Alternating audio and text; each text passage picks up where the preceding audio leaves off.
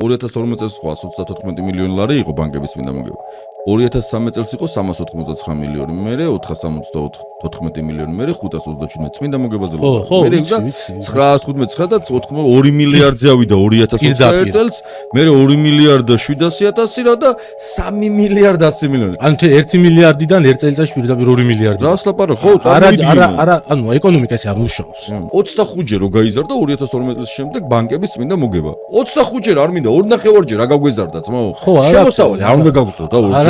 რა იქნებოდა თუ თქვა ეს ბანკები თავისუფალ კონკურენციაში შევიდოდნენ სხვასთან. სხვასაც რო კონდეს რა ამ მიმართულებით ინვესტიციის შემოტანის საშუალება და იქნება ვიღაცას უნდა რომ ფინანსური ინტერესი აქვს ამ ქვეყანაში და თუ შეძლებს ეგეთი ბანკი რო გააგდეს. გააგდებდნენ ხო და მაგას ვამბობ. არ უშვებენ ხელი შემოყავით ეგრე ჰოპ წაგაჭირდა. აი ეგაა პრობლემა მან და მიტო არ ეს ციფრები აქ როგორ შეიძლება ერთ წელიწადში ეკონომიკა ან მოგება 1 მილიარდიდან პირდაპირ 2 მილიარდი გახდეს. დღეში წმინდა მოგებაზეა ლაპარაკი რა. აი ყველაფერი გავისტუმრდა წმინდა მოგება რამდენი შეიძლება ქონდეს ბანკ საქართველოში ყოველდღიურად. ამ წუთას ახლა მე და შენ რო ვსაუბრობთ დღის ბოლოს 8.250.000 ლარ მოგებას დაწერენ ბანკები. მე აი კიდევ ვამბობ აღდგომის დღეა და დასვენება ყველა ისვენებს. ეგენი მაინც 8.250.000 ლარს გამოიმუშავებს. ახალი წელი შობა 8 მილიონი წმინდა მოგება ყოველდღიურად. ეს 8 მილიონი საიდან ჩემი შენი ჩვენი ფულია ხო. აგერ ლენესჯიბიდან მიდის აგერ სეცხებს იხდის ქვეყანას ესხია. გამოგზავნილი ემიგრანტების ფულია.